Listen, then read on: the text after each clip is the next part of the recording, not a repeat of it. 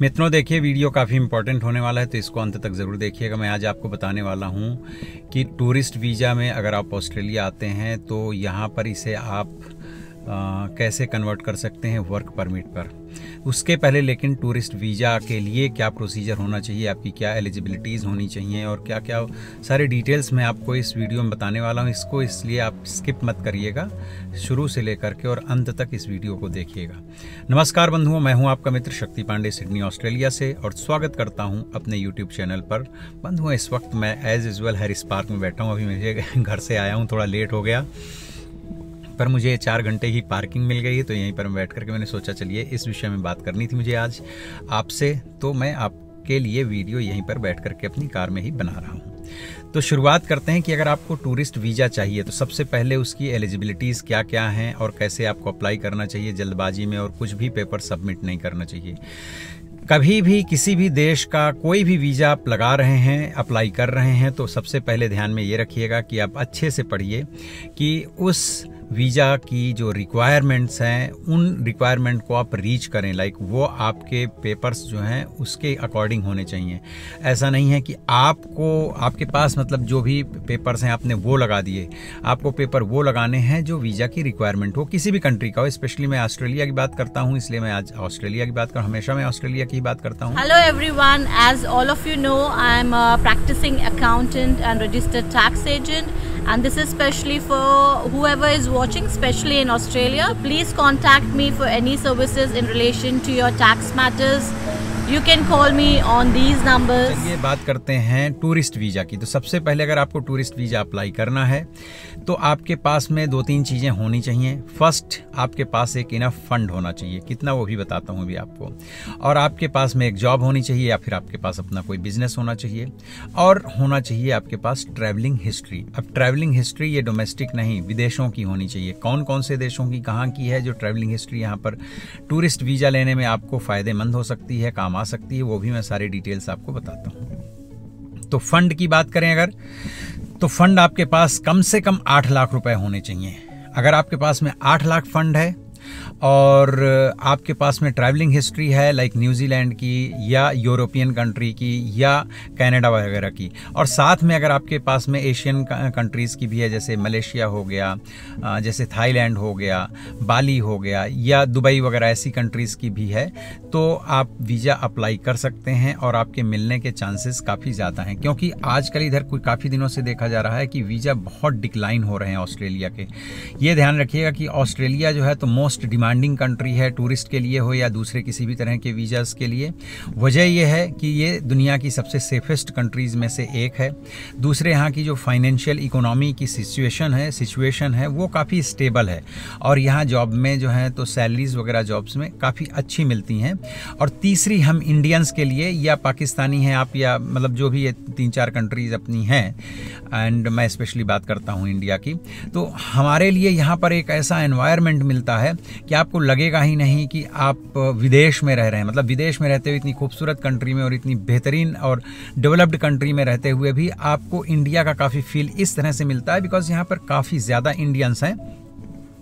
आपको Indian restaurants मिल जाएंगे, Indian businessman मिल जाएंगे, इंडिया के सारे तरफ से लोग आपको मिलेंगे। तो आपको यहाँ रह करके आपको जो एक लोनलीनेस फील होती है, होम सिकनेस होती है, वो यहाँ पर नहीं होगी। कभी अगर आपने क्रिकेट में देखा हो कि जब ऑस्ट्रेलियन ग्राउंड में इंडियन टीम खेलने आती है तो कई बार कई क्रिकेटर्स ने ये स्टेटमेंट दिया हुआ है कि हमको सेकेंड होम ग्राउंड फील होता है ऑस्ट्रेलिया में। तो ये तमाम वजहें हैं ऑस्ट्रेलिया की जो कि, और अच्छा यहाँ के वेदर के हिसाब से भी देखा जाए तो काफ़ी ज़्यादा जो है तो इंडियंस के लिए सूटेबल होता है, क्योंकि यहाँ बहुत एक्सट्रीम कुछ एक जगहों को अगर छोड़ दिया जाए तो उतनी ठंडी में नहीं पड़ती है, बहुत ज़्यादा एक्सट्रीम बारिश नहीं होती है, बहुत ज़्यादा एक्सट्रीम कुछ भी नहीं होता है। तो यहाँ का वेदर भी काफ़ी जो है तो आपके लिए फेवरेबल होता है। तो इसकी वजह से ये कंट्री काफ़ी ज़्यादा डिमांड में है।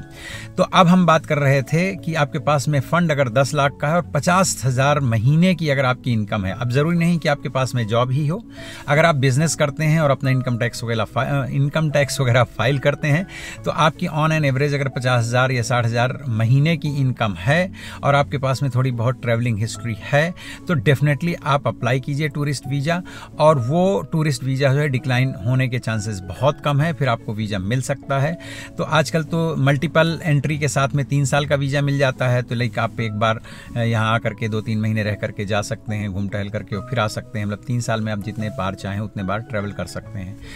लेकिन अगर आपकी सैलरी या इनकम 50,000 से कम है, यहाँ पर एक बात और मेंशन कर देना चाहता हूँ, चाहे 40,000 हो, चाहे 50,000 हो, चाहे 60,000, चाहे 1 लाख आपकी सैलरी हो, आपकी इनकम हो, वो ज़रूरी नहीं है कि आपकी केवल नौकरी से ही इतनी इनकम हो। आपकी ये मतलब जॉब के अलावा सेकेंड इनकम भी हो सकती है, वो हो सकती है जैसे आपकी कोई प्रॉपर्टी, रेंटल प्रॉपर्टी है, वो आप दिखा सकें। लेकिन हाँ, उनके सब प्रॉपर प्रूफ होने चाहिए, या आपके पास में एग्रीकल्चर से भी कोई इनकम जनरेट हो रही हो, या आप एक से अधिक जॉब कर रहे हो, 2 जॉब्स कर रहे हो, या कहीं से भी दूसरा कोई ऐसा सोर्स हो जो कि आपकी जॉब के अलावा आपका रेगुलर बेसिस पे इनकम आ रही हो, तो उसे भी आप कंसीडर करके दिखा सकते हैं कि आप मान लीजिए 35,000 की सैलरी है और 15,000 आपकी जो है तो एक्स्ट्रा कहीं से दूसरी जगह से सेकंड इनकम आती है, तो वो मिला करके भी आप कर सकते हैं। और यही फॉर्मूला आपका 1 लाख या 2 लाख या 5 लाख है, जितनी भी सैलरी है, 40,000, 50,000, इन सब पे एप्लीकेबल होता है। तो इतनी इस प्रकार की आपकी सैलरी होनी चाहिए, इनकम होनी चाहिए, वो दोनों हो सकती हैं बिजनेस या जॉब से भी,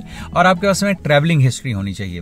और फंड अगर अबाव 8 लाख है, मतलब 8 लाख से थोड़ा ज़्यादा है, तो उसके चांसेस ज़्यादा हैं। और आपका कोई क्रिमिनल इतिहास हो, सब कुछ तो नहीं होना चाहिए, तो आपको पता ही है कि सब चीज़ें जो है आपकी क्लियर होनी चाहिए, नीट एंड क्लियर, तब आप यहाँ आ सकते हैं। और लास्ट में मैं आपको बताऊंगा कि यहाँ आकर के फिर आपको जॉब्स वगैरह कैसे क्या करना चाहिए, लाइक वर्क परमिट में आप कैसे कन्वर्ट कर सकते हैं, that I will let you know later on, इसी वीडियो में।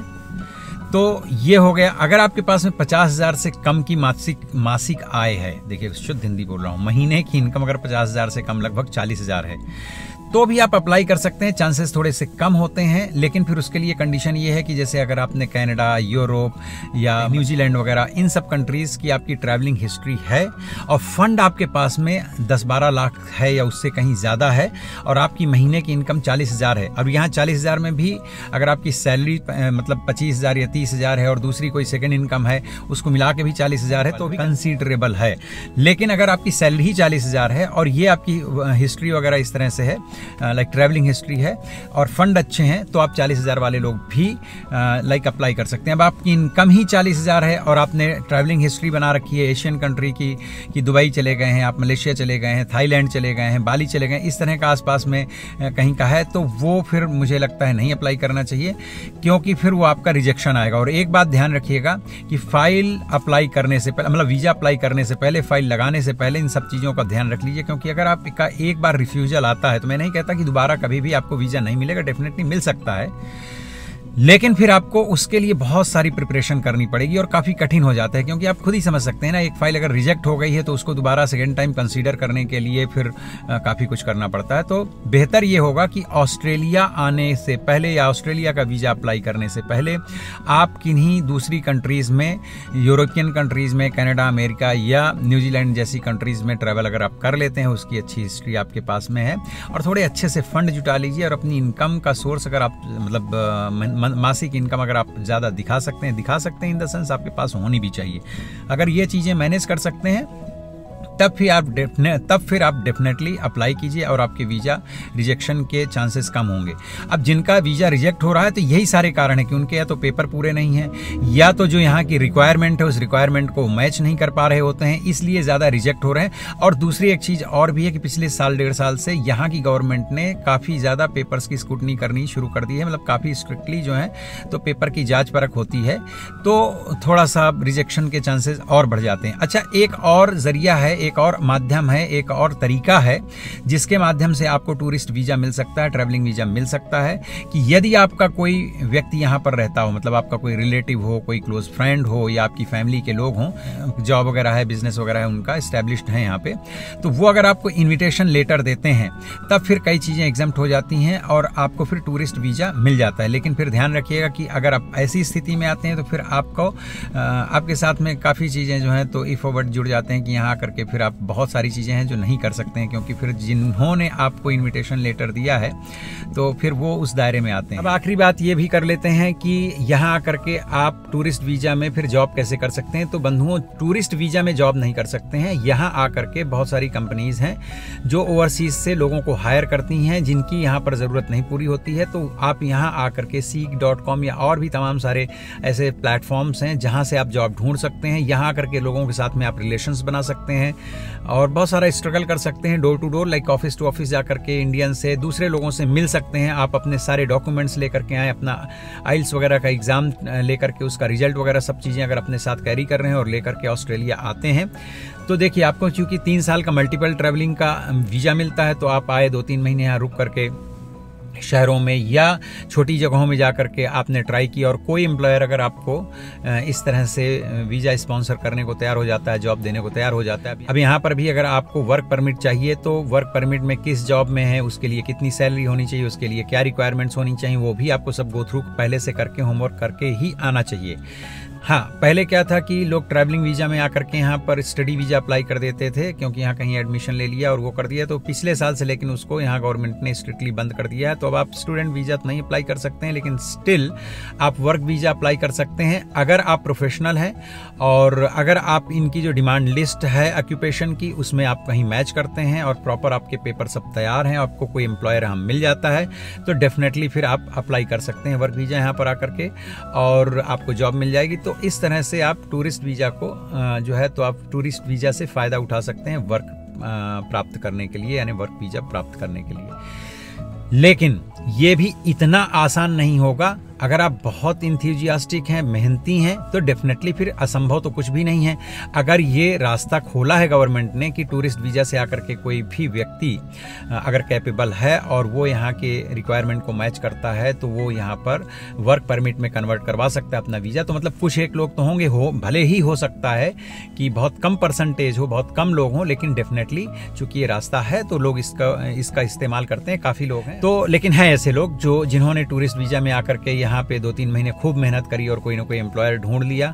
और होता क्या है कि देखिए, एम्प्लॉयर को भी तो ज़रूरत होती है, अगर उनसे मैच करता हुआ सब चीज़ें आपका प्रोफाइल है, मैच कर गया तो आपको स्पॉन्सर कर देते हैं। हाँ, अब कोई भी एम्प्लॉयर आपको ऐसे ही नहीं स्पॉन्सर कर सकता है। उनका गवर्नमेंट का यहाँ का अपना एक नियम है कि उन्हें पहले एडवर्टाइज करना है, वो सारा प्रोसीजर करना है। जब यहाँ पर उनको एम्प्लॉयर नहीं मिल रहा होता तभी वो ओवरसीज से हायर कर सकते हैं। तो ऐसे हैं, तमाम सारी सिचुएशंस हैं, कंडीशंस हैं जहाँ पर आप अपनी किस्मत को और अपनी मेहनत को आजमा सकते हैं। मेरी ढेरों शुभकामनाएं हैं और आप टूरिस्ट वीज़ा लेकर के एटलीस्ट अगर आपको जॉब कन्वर्ट नहीं भी करवाना है अपने इस टूरिस्ट वीज़ा को और घूमने भी आ रहे हैं तो ऑस्ट्रेलिया बहुत बेहतरीन कंट्री है। आप किसी भी वेदर में आइए। अगर गर्मियों में आते हैं, देखिए भारत और ऑस्ट्रेलिया का जो वेदर कंडीशन है वो थोड़ी सी डिफरेंट है कि इस वक्त जैसे अपने यहाँ पर गर्मियाँ पड़ रही हैं, अभी बारिश भी शुरू हो गई है, इस वक्त यहाँ पर ऑस्ट्रेलिया में पड़ रही हैं सर्दियाँ। तो अगर आप सर्दियों के मौसम में यहाँ पर आते हैं, यहाँ की सर्दियों के मौसम में आप आते हैं तो स्नोई माउंटेन वगैरह मैंने अपने पिछले 2 वीडियोस में दिखाया भी है, तो वहाँ जाके घूम सकते हैं। इसके अलावा भी बहुत सारे डेस्टिनेशंस हैं जहाँ जा सकते हैं। गर्मियों में आते हैं तब तो कंट्री एकदम खिली हुई सी होती है, यहाँ पर दुनिया भर से टूरिस्ट आते हैं। लाइक क्रिसमस का टाइम पीरियड होता है तो चूंकि ये क्रिश्चियन कंट्री है, मतलब बहुत अच्छे ढंग से सेलिब्रेट किया जाता है। हालांकि हम लोगों के त्यौहार भी यहाँ बहुत अच्छे से सेलिब्रेट किए जाते हैं, जैसे हैरिस पार्क वगैरह में तो यहाँ की काउंसिल भी पार्टिसिपेट करती है दीपावली के टाइम पे, होली वगैरह के टाइम पे। तो इस तरह से सब चीज़ें हैं। आप किसी भी वेदर में आइए और इतना बड़ा देश है तो आप 20-25 दिन, 1 महीने का कम से कम टाइम लेकर के और घूमने आइए, टूरिस्ट वीज़ा अप्लाई कीजिए, आनंद लीजिए आकर के। हाँ, अगर वीज़ा अप्लाई करना है तो थोड़ी सी सेविंग रखिए। मैं तो ये बॉटम लाइन बता रहा हूँ, 8 लाख 10 लाख। आप थोड़ा सा ज़्यादा पैसे अगर रखते हैं अपने पास में जब वीज़ा अप्लाई कर रहे हैं बैंक में शो करने के लिए, तो मुझे लगता है ज़्यादा बेहतर होगा। जितना ज़्यादा आपके पास फंड होगा, जितनी अच्छी आपकी सैलरी होगी, जितनी अच्छी आपकी ट्रैवलिंग हिस्ट्री होगी, उतना ही इजी हो जाएगा ऑस्ट्रेलिया का आपको टूरिस्ट वीज़ा प्राप्त करना। मित्रों, अगर वीडियो आपको अच्छा लगा हो और वीडियो को आपने यहाँ लास्ट तक देखा है तो हृदयपूर्वक आपको बहुत बहुत धन्यवाद। मैं आपसे वही रिक्वेस्ट करूंगा एज यूजुअल कि भैया चैनल को सब्सक्राइब कर लीजिए, अपने मित्रों के साथ में शेयर कीजिए, बेल आइकन प्रेस कर लीजिएगा और हाँ, कमेंट करके बताइएगा कि आपको हमारे वीडियोज़ कैसे लगते हैं। वैसे इस वीडियो में अभी आज व्लॉग का कोई अंश नहीं है क्योंकि पिछले 2-3 हफ्तों से बहुत ज़्यादा व्यस्तता है, तो व्लॉग में नहीं कर पाया हूँ, इसलिए मैं केवल इन्फॉर्मेशन से इस वीडियो में आप तक पहुंचा रहा हूं। अपना बहुत बहुत ध्यान रखिए। मिलता हूं फिर किसी दूसरे वीडियो में। Take care and bye bye. Hello everyone, as all of you know, I am a practicing accountant and registered tax agent, and this is especially for whoever is watching, especially in Australia. Please contact me for any services in relation to your tax matters. You can call me on these numbers. ये देखिए मित्रों, पेरिशर Australia new south Wales में पड़ता है, snowy mountain, और इस जगह का नाम पेरिशर है। और कितना खूबसूरत लग रहा है। ये है देखो हमारा परिवार, ये पलाइन है और ये अंशिका पांडे, और अंशिका पांडे अपना देखो क्या लेके आई हैं, और कितना खूबसूरत लग रहा है। यहाँ देखिए बर्फ़ से ढकी हुई छतें। ये रेस्टोरेंट है, वैसे बंद है इस समय क्योंकि नीचे वाले खुले हैं। सारा का सारा जो है बर्फ़ से ढका हुआ है पर्वत। और ये सामने ऊपर जो बिल्डिंग दिखाई दे रही हो, ये है होटल। ये देखिए हवाएं चल रही हैं बर्फ़ की।